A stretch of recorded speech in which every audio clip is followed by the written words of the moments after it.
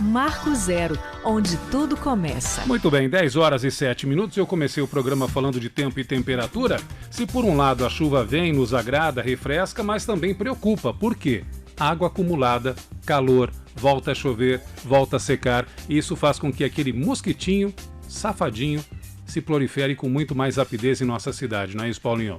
Isso, Moacir, o que você falou, somado aí a outros fatores, nos traz aí esse momento aí de muita preocupação quanto à dengue, né? Isso tem provocado uma corrida às unidades de saúde também, né? Colocando todo o setor público de saúde aí com uma preocupação muito séria. A gente já tem um número elevado de notificações e casos confirmados da doença, e esse é o assunto aí que a gente conversa a partir de agora, já dando as boas-vindas e agradecendo ao convite. A gente sabe que vocês estão na correria aí, estão se desdobrando aí em várias ações que o município tem implantado, então a gente agradece desde já e inicia a nossa conversa com a secretária Rosemary da Rosa, pedindo que atualize para a gente o quadro, os números, que dados a gente tem até esse momento de notificações e casos de dengue. Secretária Rosemary da Rosa, seja bem-vinda ao programa, a gente agradece muito a sua participação. Bom dia a todos e a todas, né? É um prazer estar aqui com vocês, dividindo com a população, né? Esses momentos tão desafiadores para nós. Mas em relação aos dados, hoje a gente tem quase 14 mil casos notificados, 3.973 e 863 confirmados, né? Então nós tivemos também casos graves, algo que está nos preocupando bastante, a equipe da área da saúde, os profissionais que estão nas unidades de pronto atendimento e unidade hospitalar, eles estão vendo um comportamento um pouquinho diferente da dengue esse ano. Então, a evolução desses pacientes era mais rápida e tem alguns pacientes que estão demorando mais a estabilizar. Então, isso é algo que está preocupando, é algo que tem deixado a gente mais atento em relação ao monitoramento e acompanhamento desses pacientes. Ô, secretário, o que significa na prática esse decreto de situação de emergência em relação ao risco das epidemias aí transmitidas por esses vetores? O que muda, o que altera na ação do poder público, na ação governamental, no enfrentamento da doença? Ele dá uma agilidade em algumas ações nossas. Um exemplo dessas ações por exemplo, tem muitos imóveis fechados, né? E esses imóveis fechados a gente tem que monitorar justamente porque ele compromete toda uma quadra, uma área, um bairro. E a gente tem uma facilidade maior a adentrar esses espaços. Então a gente já tem uma equipe qualificada e preparada para adentrar e justamente ver se esses espaços têm o criadouro do Aedes, né? Porque está comprometendo uma comunidade.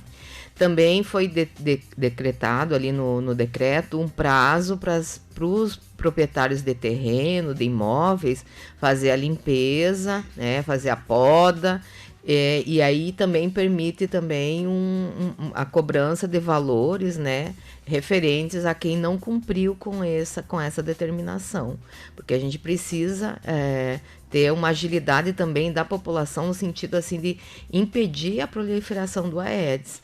Infelizmente, claro que não é o ideal chegar à questão da multa, né?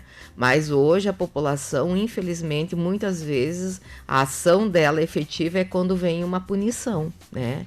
E o ideal seria ter uma comoção da comunidade, uma comoção da população, para a gente não chegar nesse momento, né? Nesse extremo.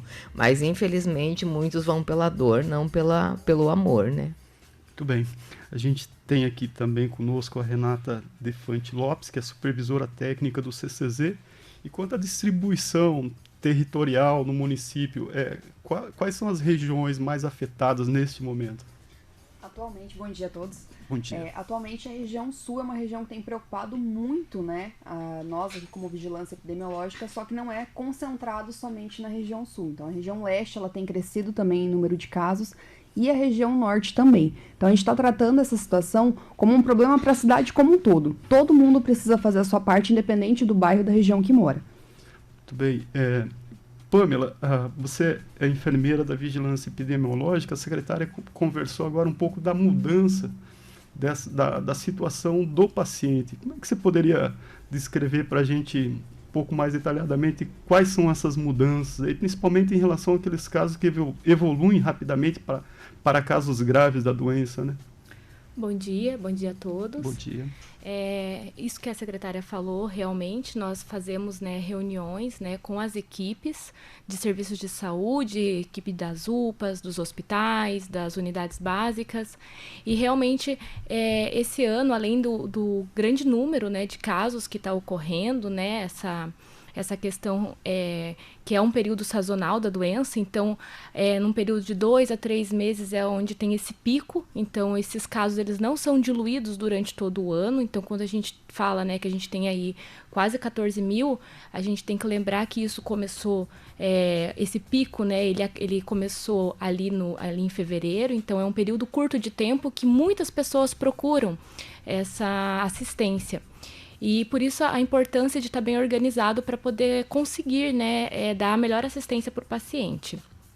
E esse ano, né, nós temos aí a literatura e os outros anos de epidemia de Foz do Iguaçu, a gente percebe, né, que os casos graves eles giram ali entre 5% dos casos, e esse ano já está ultrapassando um pouquinho esse valor, então a gente já está com 7%. E como eu falei, né, como são muitos casos, 7% de 14 mil são muitas pessoas, né, então é importante estar bem organizado. E, além disso, a dengue ela tem a fase crítica, né, que dura ali até o 5º dia, e a gente está percebendo que essa fase crítica ela está se estendendo mais, né, então os pacientes até o 5º dia, que é o que a gente ficava mais preocupado e ficava mais atento, isso está ficando um pouco mais de dias, né? Então, por isso que a gente está atento, os profissionais estão deliberando isso também, então a gente também está se organizando dessa forma para dar o melhor atendimento para o paciente. A gente está em situação de pandemia, de epidemia, desde fevereiro, final de fevereiro, isso? Como é que ficam esses casos? A gente tem mais de 14 mil notificações. Tem um processo de investigação dessas 14 mil notificações para a gente ter confirmações de dengue, ou vocês já passam a trabalhar essas notificações como situações de dengue, de pacientes com dengue mesmo? Todo paciente que é suspeito de dengue, ele é manejado e ele é tratado como suspeito, independente de resultado de exame, independente de se coletou ou não exame diagnóstico, né? Então, todos esses 14 mil, eles são manejados como dengue e devem ser tratados como dengue, porque isso tem que ocorrer precocemente, então não dá para esperar resultado de exame, né? Então, desde o final de fevereiro, desde o dia 27 de fevereiro, já fizemos um alerta, né, para a Secretaria de Saúde sobre esse aumento de casos, né? Nós monitoramos o agravo aqui em Foz do Iguaçu pelo diagrama de controle. O diagrama de controle é uma ferramenta que ela é bem estruturada, bem moderna, em que a gente consegue monitorar isso semana a semana, né? Na vigilância epidemiológica, a gente trabalha com semanas epidemiológicas. Então, toda semana epidemiológica, a gente consegue avaliar e ver como que está aquela semana em relação a anos anteriores. Então, a partir do momento que na fase sazonal da doença ultrapassou o limite superior esperado para aquela semana, a gente já consegue visualizar isso precocemente para tomar as ações precocemente. Certo. Secretária, falando em infraestrutura hospitalar, o Hospital Municipal destinou alguns leitos para atender pessoas com dengue, né? Inclusive casos graves da doença. Que estrutura que o hospital dispõe nesse momento e qual é o número de pessoas internadas para tratamento de dengue? Então, a gente tem tanto no hospital quanto a gente tem nas unidades de pronto atendimento e na Padre Ítalo, né? Então, no hospital, a gente tem tanto leitos de UTI quanto de leitos clínicos, né? Então, a gente iniciou com 10 leitos, aumentou para 17, agora a gente já está com 27 leitos e a tendência nossa, a projeção nossa é para aumentar mais 42 leitos. Então, a gente está organizando a estrutura tanto do Hospital Municipal para acrescentar mais esses 42 leitos, né?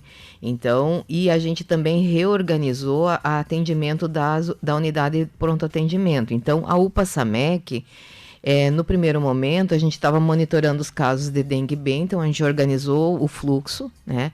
Lembrando sempre que a porta de entrada é uma unidade básica de saúde, né? A unidade que está mais próxima da casa, da pessoa.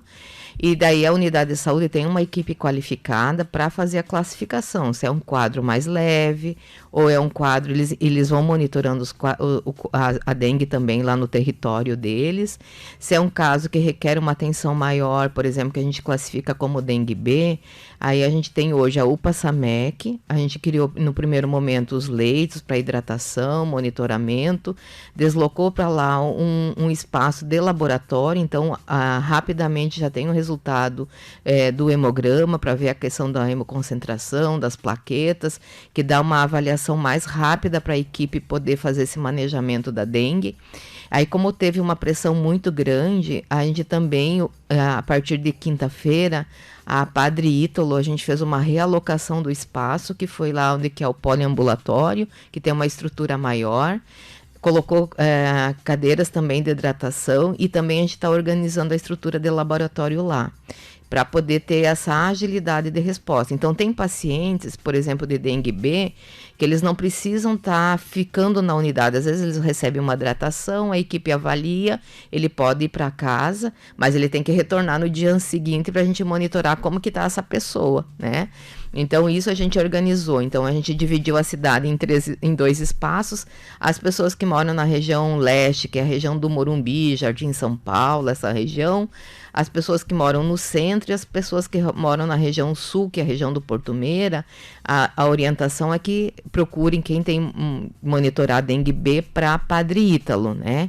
Que está lá no poliambulatório. E as pessoas que moram na região de Três Lagoas, que a gente chama de região nordeste, e a região norte, que é a região da Vila C, Cidade Nova, Porto Belo, Vila A gente orienta sempre que vão para a região lá, para a unidade de saúde da SAMEC, a unidade de pronto atendimento da SAMEC. Então, com isso, a gente diminui a pressão, porque qual que é a preocupação nossa? Como a Pamela falou, um percentual dessa população, a tendência é agravar. Um percentual vai ter as dores, o mal-estar e vai passar bem.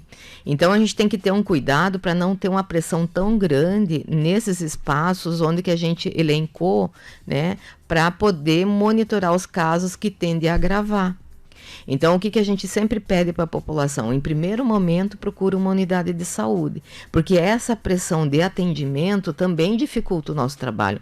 A gente não tem condições de triplicar as pessoas profissionais de saúde, aqueles profissionais que a gente aumentou a escala de trabalho, mas é a equipe que a gente conta. Então, a gente precisa também desse apoio da população no sentido assim de ir nos espaços corretos, né? Então, primeiro momento, a unidade de saúde, a unidade vai dizer, não, a senhora a gente vai ter que monitorar o senhor com mais cautela. Então, a gente vai fazer os encaminhamentos ou para a UPA-SAMEC ou para Padre Ítalo.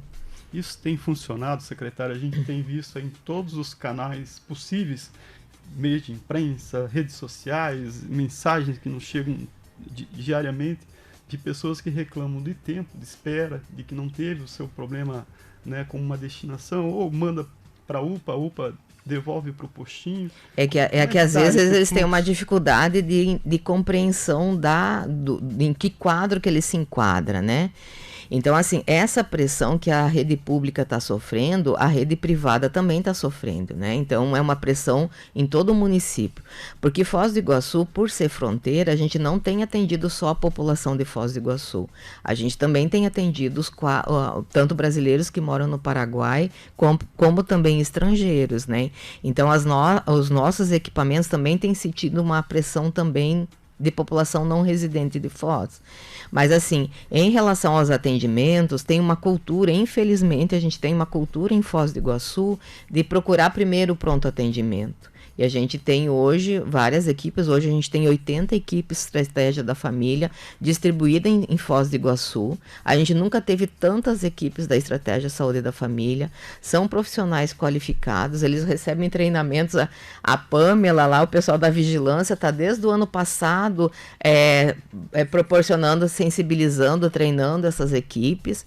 E outra coisa que nos preocupa muito é que, além da dengue, e que também é o mesmo vetor, é a chikungunya. A gente teve essa situação bem grave aí no Paraguai, né? E a chikungunya, a tendência também é cronificar, ficar um tempo maior. Então, além da dengue, a gente tem a chikungunya, né? Então, que também já temos casos autóctones, né? Aqui, ou seja, que dentro de Foz do Iguaçu está tendo a transmissão da chikungunya. Claro que não é na mesma proporção da dengue, mas o vetor é o mesmo. Então, o Aedes, infelizmente, além desses, são 42, né, vírus que o Aedes aegypti pode transmitir. Então, além de a gente ter estruturado a rede, aumentado as unidades hospitalares, os leitos de UTI, ter uma equipe toda hora sensibilizada, porque além de fazer as orientações, a equipe da vigilância, os profissionais dos hospitais, das UPAs, eles também fizeram uma revisita às pessoas que trabalham nesses espaços, para a gente estar sempre alerta. Então, hoje a gente tem que pensar em dengue, mas também tem que pensar em chikungunya, né? Então, a gente tem esse cuidado com as equipes.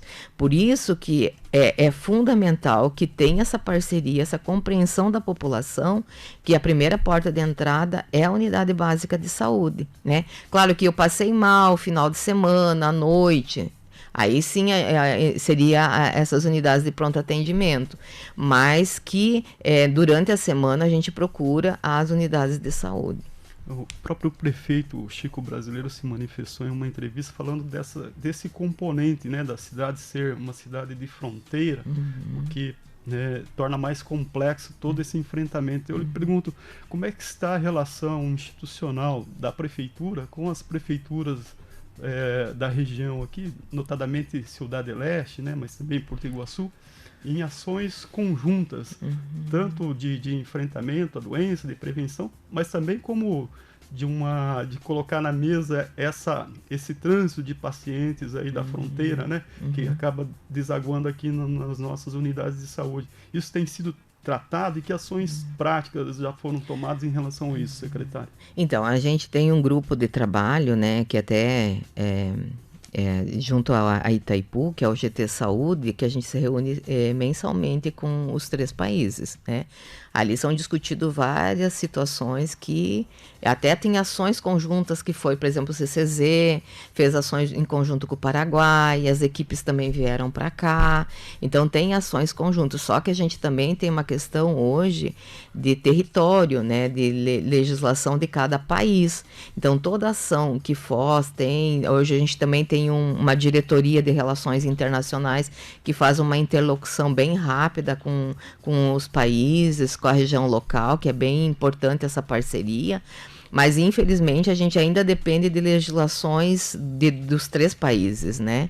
Então, e aí assim, as interlocuções também tem que ser junto com o Estado e junto com o Ministério da Saúde e relações internacionais. Certo, eu vou inserir a Pamela na nossa conversa. A Pamela, discute, a Renata, tem algo que fica pululando também na opinião pública, nas manifestações das pessoas, que é o famoso fumacê. Explica pra gente sobre isso e também o uso de inseticida que passou a integrar aí a estratégia de vocês nessa semana. Aqui é a pergunta da nossa ouvinte Vanessa, está perguntando aqui com relação ao fumacê, por que não tem mais, né? Então, essas questões do uso de inseticida, ele é o nosso último recurso. Ao longo dos anos, com o excesso de utilização desse recurso, que é para ser só em casos extremos, a gente teve muitas epidemias históricas aqui no município de Foz do Iguaçu, essa tática ela já se tornou ineficiente. Então, a gente foi realizado alguns estudos em parceria com universidades, né? Fiocruz, a Unila participou também de alguns processos desses, algumas análises, e a gente identificou isso já há alguns anos atrás, que o fumacê ele já não estava mais sendo tão eficiente. A gente fez documento, informou o pessoal da Secretaria de Estado, informou o Ministério da Saúde, e com isso, com o passar do tempo, outros locais também identificaram essa falha nessa aplicação com o carro do fumacê, tanto que houve a troca do inseticida. Então, a gente deixou de usar o Malathion, que era o inseticida que se usava na época, passou a usar o Cielo, que é o preconizado no momento. O que acontece é que, para nós aqui em Foz do Iguaçu, a gente usou o princípio ativo desse novo inseticida é o mesmo que a gente usava já há 10, 15 anos atrás que também apresentava resistência. Ou seja, esse inseticida que foi trocado, para nós, ele há indicativos de que o nosso mosquito também esteja resistente. Então, quando teve essa aplicação, foi em 2020, se eu não me engano, que a gente fez um novo estudo com esse novo inseticida, a gente identificou que não reduziu casos e não reduziu infestação, ou seja, o número de mosquito ele também não reduziu nas áreas que foram aplicadas. Então, tem toda essa problemática envolvida. Ainda assim, por ser um recurso preconizado, nós solicitamos, né, a aplicação, tanto que estamos fazendo a aplicação na região leste desse inseticida, só que houve, em conjunto com toda essa problemática da resistência, também houve um desabastecimento a nível federal. Então, o governo federal teve dificuldades na aquisição desse inseticida, ele vem de fora, né, vem de outros países, tem todo um tempo para aquisição, licitação, e isso acabou gerando um desabastecimento a nível de Brasil. Então, agora eles estão tentando retomar essa compra desse inseticida, e alguns estados estão tentando mobilizar os estoques que tem disponível de inseticida para destinar, por exemplo, o Paraná, que é um estado mais crítico. Então, isso já está sendo acordado com o Ministério da Saúde, a Secretaria de Estado tem atuado bastante nessa situação, inclusive a gente recebeu uma doação, se eu não me engano, foi do estado do Rio de Janeiro.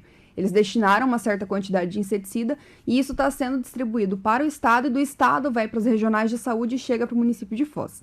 Então, é uma série de situações que vem acontecendo, mas assim, essa situação, a aplicação do inseticida, ela é uma atividade complementar, isso tem que ficar muito claro para a população. Não adianta a gente jogar um monte de inseticida que tem um monte de problema, que a gente sabe que tem várias coisas relacionadas, se a gente não fizer a nossa parte de eliminação de criadouro. Nada é mais eficiente do que você eliminar o depósito de água dentro dos imóveis.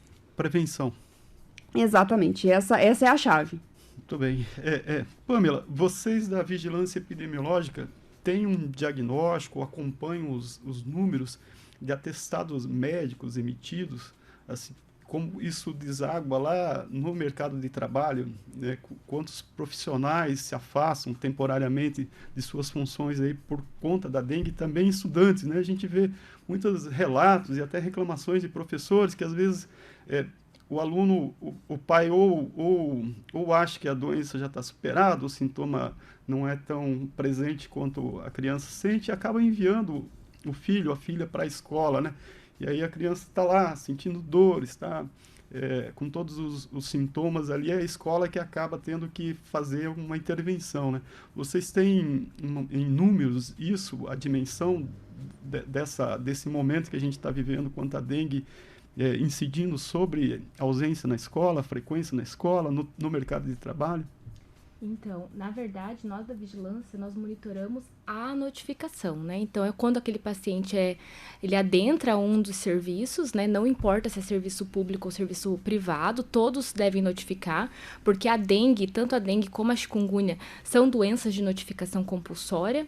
Então, o profissional de saúde, existe uma portaria do Ministério da Saúde que o profissional de saúde que estiver à frente de um paciente suspeito de alguma doença de notificação compulsória, ele é obrigado a notificar as autoridades competentes, no caso a vigilância. Então, todos os casos, eles são notificados para nós. Nós percebemos, na verdade, isso, né, no nosso dia a dia, até mesmo no nosso local de trabalho, né, muitas pessoas se afastando, muitos colegas que acabam também ficando doentes, né? Então, a gente percebe realmente isso, esse afastamento. Mas em números de atestados, a gente não monitora, nós da Vigilância Epidemiológica, a gente não faz esse monitoramento, a gente monitora os casos. E lembrando aí, para complementar um pouquinho o que a Rose falou da chikungunya, e que tudo isso é prevenível, né? Lembrar disso, né? Que tudo isso é uma questão que a gente tem total controle dela, né? Se toda a população colaborasse realmente, eliminando os criadouros, mas a chikungunya é algo que preocupa muito nós aqui, porque nós temos a população suscetível, né, à doença, então a gente não teve muitos casos, então a grande maioria da população ela está suscetível, e a chikungunya, diferente da dengue, ela tem uma alta taxa de ataque. Então, a dengue, a taxa de ataque dela gira em torno de 20%. né? Então, se a gente tem aí 14 mil notificados, esses 14 mil são 20%, é a pontinha do iceberg. Já a chikungunya, ela se comporta de um modo diferente. A taxa de ataque dela gira em torno de 80%. Então, é o contrário da dengue. E a pirâmide se inverte. Exatamente. Explica pra gente o que é a taxa de ataque, por favor. A taxa de ataque é assim, se 100 pessoas se infectarem, né, na dengue, 20 pessoas vão apresentar sintomas e vão procurar um serviço e serão notificadas e entrarão para a estatística. As outras 80 ou não terão sintomas, ou serão oligossintomáticas, que a gente fala. São sintomas que a gente percebe quando chega em casa, aquela dor no corpo, aquela dor de cabeça, mas acha que está um pouco estressado, cansou, no outro dia acorda um pouco ruim, mas logo melhora.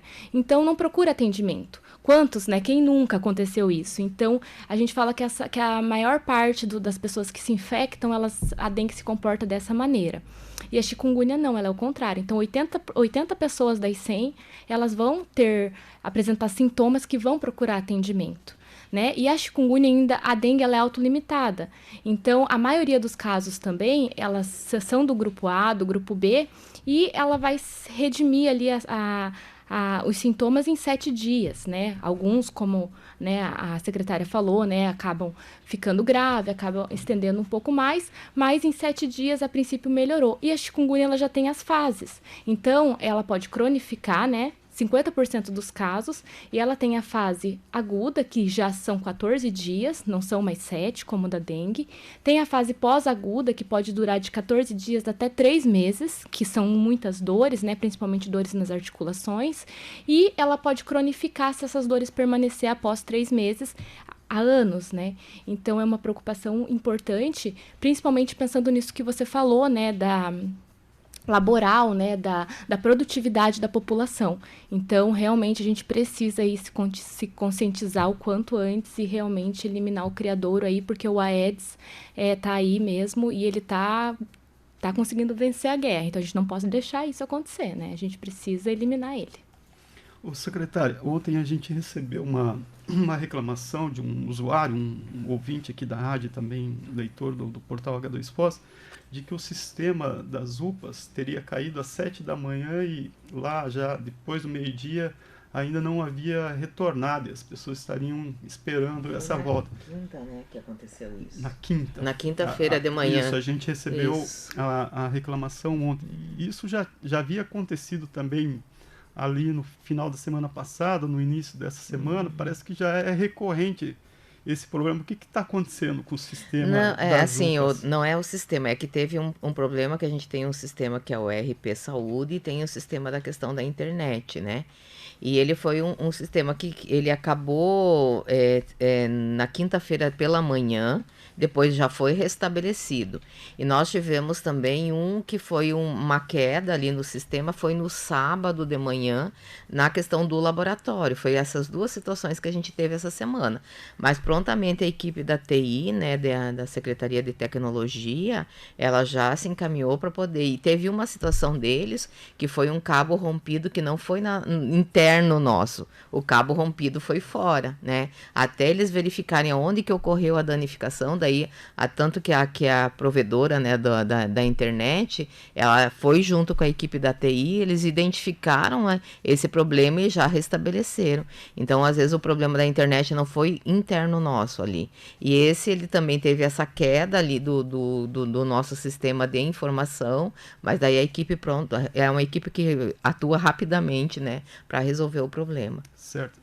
A senhora citou essa dificuldade dos profissionais de saúde, da rede, pela procura, muitas vezes, da população diretamente à UPA e não à unidade básica de saúde, né?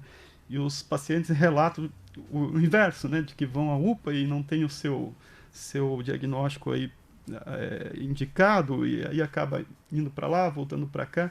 Eu lhe pergunto, a senhora mencionou que houve treinamento, eu reforço essa pergunta de 2020, 2022, 2023, nos últimos anos e recentemente, os profissionais de saúde da rede passaram por qualificação para quanto a esse manejo clínico e classificação do risco de pacientes para quadro de dengue, quais formações foram ofertadas? Inclusive está aqui a Pâmela, que é da Vigilância Epidemiológica, que é uma das que mais trabalha nessa parte de monitoramento. A gente tem uma equipe da Vigilância Epidemiológica, a gente tem médico também lá, e essa equipe trabalha desde que a gente começou, em setembro, a gente já fez a primeira capacitação, ano passado. Então, recorrentes são essas capacitações, essas atualizações do manejo clínico, né?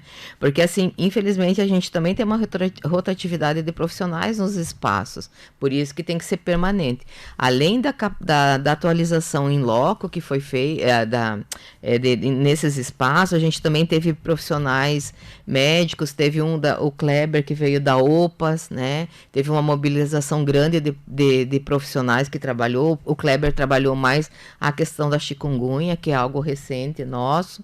Então, a gente tem essa estruturação, como também a equipe da Vigilância Epidemiológica vai nos espaços para trabalhar com as equipes em loco. Às vezes, quando tem dúvida, alguma dificuldade, quando começou a ter aquela pressão, por exemplo, que a gente sentiu maior ali na região sul, eles já foram para Padre Ítalo, para as unidades daquela região, já trabalharam com as equipes daquele espaço, né? E também alertando que não poderia ser só a dengue, vamos pensar na chikungunya também, que ela estava muito próximo da gente. Então, isso é feito permanentemente. Agora, a gente tem a questão hoje das UPAs, que é uma classificação de risco. Hoje, se você pegar a classificação, que eles classificam azul, verde, amarelo e vermelho, a maioria dos atendimentos das unidades de pronto atendimento são verdes, então elas não deveriam estar ali, né? Então, hoje a gente já tem uma tratativa entre as unidades de pronto atendimento e as unidades de atenção primária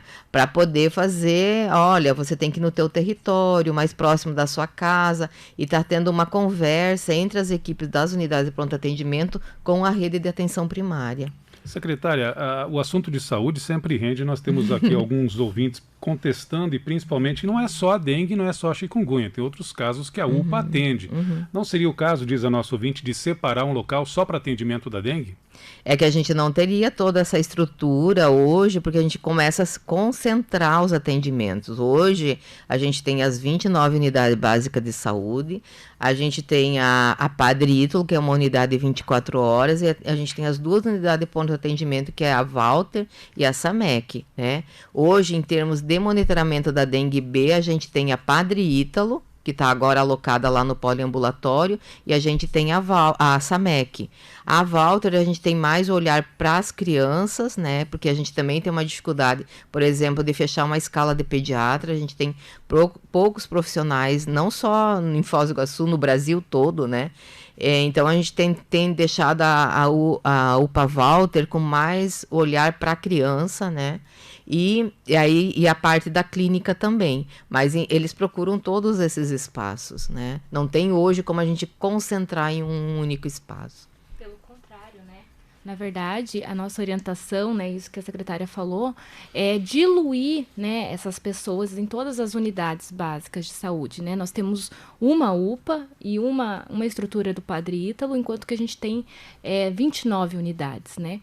Então, dessa forma, a gente consegue organizar mais, né? A partir do momento que os profissionais estão capacitados. Na semana passada mesmo, foi feita uma capacitação para quase 300 agentes comunitários de saúde, né? Então, atualizados, né? Estão atualizados com o quanto que está ocorrendo sobre a chikungunya, sobre a dengue. Então, na verdade, a nossa orientação é realmente isso, né? Nós temos que lembrar lá, quando eu falei dos casos graves, que a gente está aqui com 7% a 8%, o que a gente precisa fazer na dengue para não ocorrer os óbitos? A gente precisa colocar toda essa população aí numa peneira e a gente conseguir deixar lá só o ouro, vamos dizer assim, que são as pessoas que podem agravar, para a gente ter realmente olhar importante para essas pessoas, né? E os demais a gente vai diluir nas unidades aí, fazer o tratamento correto, o manejo correto, para elas não agravarem também, né? E lembrando que a dengue, assim como ela é prevenível, né? A prevenção é muito fácil, né? Teoricamente. O tratamento da dengue também, ele é hidratação, né? Então, a pessoa precisa se hidratar. Então, também simples, né? Então, por isso que acaba ficando na unidade. Muitas vezes as pessoas também acreditam que não estão recebendo o atendimento devido porque não foi coletado um exame ou não foi dado um medicamento intravenoso, né? Por conta que a dengue, ela demanda disso mesmo, que né? é mais uma contestação do nosso ouvinte aqui, porque não tem um funcionário para receber essas pessoas e orientar nas unidades de saúde, né? Fica o registro dos nossos ouvintes, então. Não, lá nas unidades de saúde a gente tem uma equipe. O que acontece, às vezes, são situações pontuais. Tanto que a gente sempre pede, quando, por exemplo, essa semana teve uma unidade de saúde, o médico adoeceu, ele também estava com dengue, né? Então foi uma situação que não tem como, a gente não tem governança sobre tudo, né? E aí ele teve isso, então uma senhora já reclamou que não tem atendimento, que não tem médico. Hoje a Secretaria de Saúde, a gente já tem 147 enfermeiros trabalhando, a gente tem mais de 180 médicos trabalhando, a gente nunca teve uma equipe tão grande, né? Então, claro que vai ter situações pontuais. E hoje a gente também trabalha com seres humanos. Então, às vezes as pessoas fazem um entendimento, às vezes errado, ou às vezes também a gente fez uma mensagem não muito clara. Isso também acontece. Então, o que a gente sempre pede? A gente tem o canal da ouvidoria lá na Secretaria de Saúde, a gente sempre pede que as pessoas também entrem em contato. Se teve algum desvio, ou de fluxo, ou de informação, chega essa informação para nós, para a gente justamente poder corrigir essas falhas que ocorrem. Secretária, vocês 3 profissionais da saúde de diferentes áreas enfatizaram aqui algo que é muito recorrente, está muito enfatizado já para todos, que o problema da dengue é uma questão de prevenção, né? Antes de tudo, a gente precisa fazer a nossa parte, o poder público precisa fazer a sua. E a senhora citou 2 momentos que dialogam com isso que eu estou falando, que é quando a senhora diz as pessoas não limpam seus terrenos, então o decreto agora vai cobrar pela dor aquilo que não é feito pelo amor. E também falou de uma cultura, né? Palavra sua, das pessoas procurarem primeiro a unidade a UPA, antes da unidade básica perto da suma casa. Não está faltando uma campanha de conscientização educativa, inclusive publicitária, que o município até dispõe de uma verba e usa isso imoderadamente, diga-se de passagem, né, para a gente pensar e começar a trabalhar desde já, porque a mim me passa pela cabeça que ano que vem a gente vai ter uma nova epidemia de dengue. Não sei se para vocês é a mesma coisa, né? Será que não está na hora da gente investir pesadamente em campanhas educativas, esclarecimentos, para talvez a gente começar a vencer pelo amor a dengue, não pela dor? Perfeito. Não, eu acho que é perfeito aí. Até o pessoal da comunicação está aqui, a nossa diretora é extremamente parceira nossa. A gente tem trabalhado bastante nessas questões, né, de achar esse caminho. Hoje, infelizmente, a gente até gostaria de ter um recurso maior para poder investir na parte de comunicação, né? E, de fato, assim, a gente tem um desafio aí na parte do financiamento da saúde. Então, para vocês terem uma ideia, hoje, o recurso que é investido ou gasto, dependendo do olhar que a gente fala, dentro da Secretaria de Saúde, 65% é com recursos próprios do município. Hoje, a manutenção do hospital municipal, 61% da despesa do hospital municipal, ele é com recursos próprios do município. Então, hoje a gente tem que pensar na questão desse financiamento da saúde, que ele tem que ser os 3 entes, né? A União, o Estado e os municípios. Só que hoje está sobrecarregando muitos municípios. Pela nossa lei, né, de financiamento, o município deveria aplicar, daí da verba geral do município, é um cálculo que é feito com todas as receitas próprias do município, 15%. E a gente está aplicando 35%. Então, a gente tem um gasto muito grande que a gente quer inverter esse recurso na parte, por exemplo, de mídia, de promoção, mas só que a gente não está conseguindo fazer as 2 coisas ao mesmo tempo. Trabalhar com a cura, digamos assim, né, com o atendimento e também com essa parte da promoção. Então, até no nosso plano de trabalho, é uma das coisas que a gente mais enfoca, é poder ter essa digamos assim, essa margem de recurso para poder também investir nessa parte de comunicação. A gente quer muito, o desejo nosso enquanto secretaria, ampliar nossas equipes. Por exemplo, tem as equipes multiprofissional que trabalham lá nas unidades de saúde, desde atividade física, educação nutricional, né? Então, esse é o nosso objetivo em chegar, mas infelizmente a nossa receita e os nossos recursos, eles também são limitados. Então, assim, a gente faz uma margem, assim, bem, uma manobra, né, grande, assim, para poder ter uma parte dessa parte da informação, da educação. No CCZ, por exemplo, tem uma equipe que acho que poucos locais do Brasil têm, que trabalham com as escolas. Claro que a gente eles trabalham há anos, essa equipe, que é os agentes de endemias de educação. Então, é uma equipe específica para isso. O que a gente entende disso, né?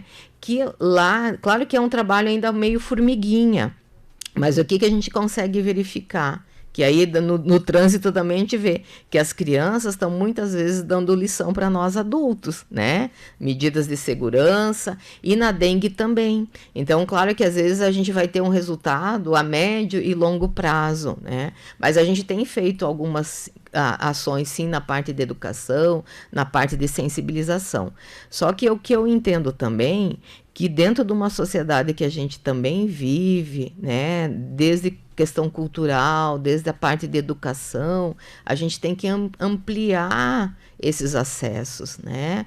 A gente tem que melhorar, por exemplo, um olhar também do país do que é educação, né?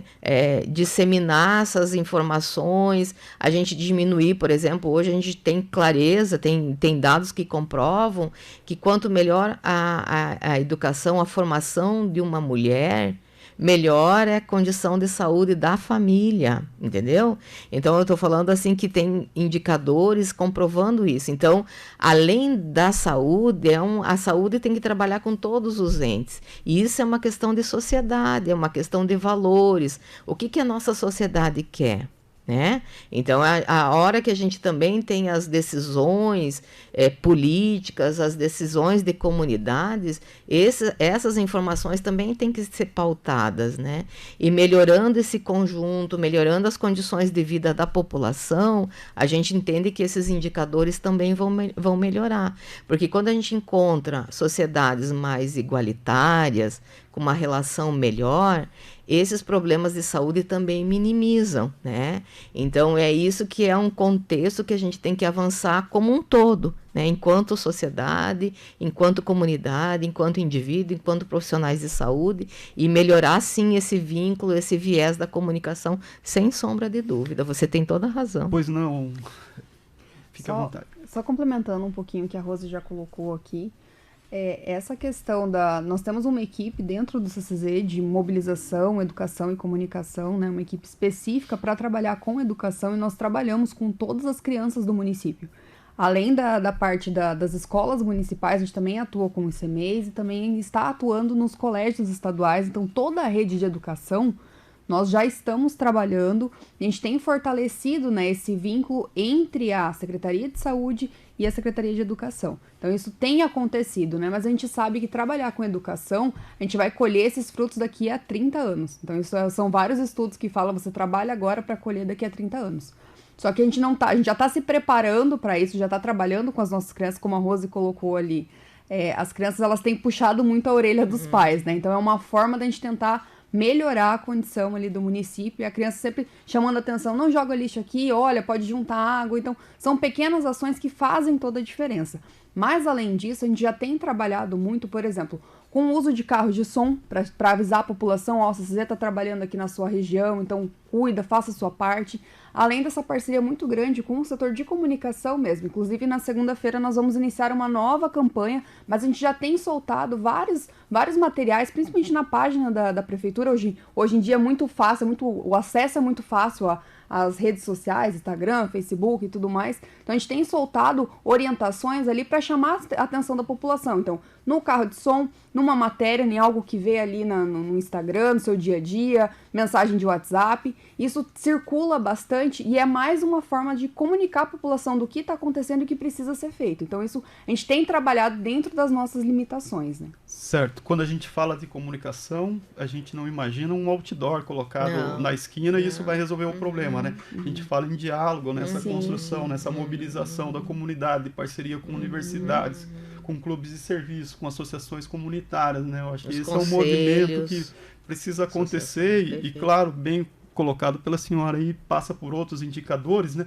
Temos problemas também na questão de renda aqui em Foz do Iguaçu e tomara que isso seja bem discutido e amplamente discutido na Conferência Municipal de Saúde que vai acontecer nos próximos dias. Gente, agradecemos muito a presença de vocês, passamos do horário bastante, então agradeço a Renata, que é a supervisora lá do CCZ, a enfermeira da Vigilância Epidemiológica, Pamela, e deixo para a Rose Mérida Rosa, secretária municipal, uma palavra final rapidamente para os nossos ouvintes. Gente, a gente agradece muito esse espaço, né? A gente sempre está à disposição de todos e todas, e é fundamental a importância de ter essa parceria também hoje, nesse momento tão delicado, que a população também venha junto conosco, tanto na questão dos atendimentos, quanto também na questão das suas casas, né? Porque 80% da proliferação do Aedes é intradomicílio, né? Então, isso é algo bem preocupante, eu acho que é algo que a gente tem que estar atento todo dia. Por exemplo, na minha casa teve uma telha que deslocou o local, quando a gente viu, teve um espaço. Então, a gente tem que estar olhando, tem que fazer um radarzinho na nossa casa, né? Pode, às vezes, o lugar que você menos imagina, você pode ter um ponto. Então, essa sensibilidade, passar 1 ou 2 vezes por semana, rodar a sua casa, ver se tem um espaço que está acumulando. Então, isso é fundamental de importância, que as pessoas também nos ajudem nesse momento tão delicado, porque a gente está preocupado em salvar vidas, né? Mas a gente não pode, só que o atendimento também é finito, a gente não vai ter uma estrutura muito grande se aumentar muito mais pessoas doentes. Então, a gente precisa muito que a prevenção esteja no nosso dia a dia, nas nossas casas, né? Nos nossos bairros. Tá certo. Obrigado, secretária. Obrigado, meninas. Marco Zero, onde tudo começa.